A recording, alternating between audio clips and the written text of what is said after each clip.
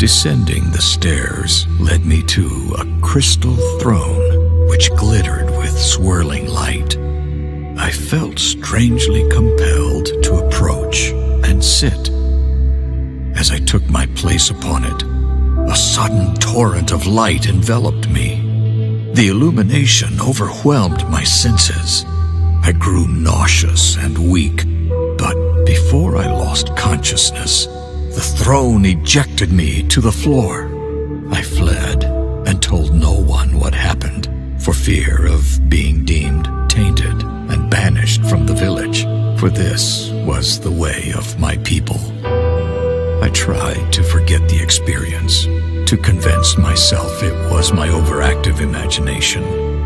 But the visions that followed said otherwise. Every night, the nightmares came. Their torment highlighted my confusion, as each morning I remembered little, fragmented images, words which made no sense, nothing more.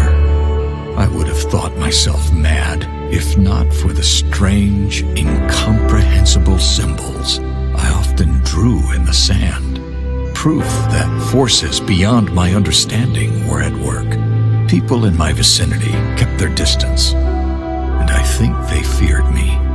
Over time, they learned to tolerate my unusual nature, but I was always alone, left to brood and ponder my strange fate.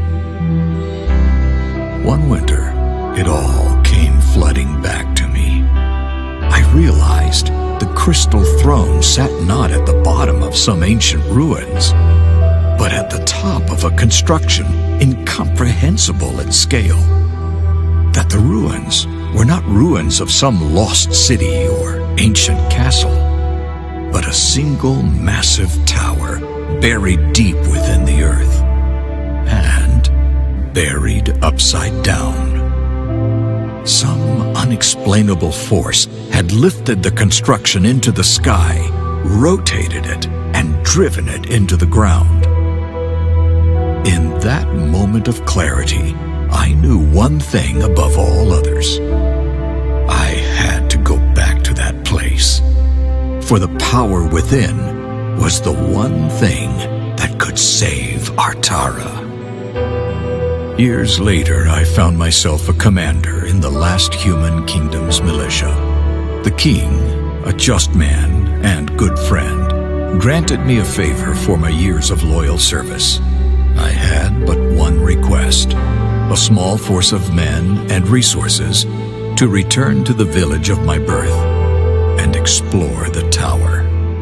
Preoccupied by an eroding empire, the king held little interest in ancient ruins and towers. He did, however, see the reclaiming of a long-abandoned village on the border of an ever-shrinking kingdom as a boost to the people's morale. He gave me what I requested, and his blessing.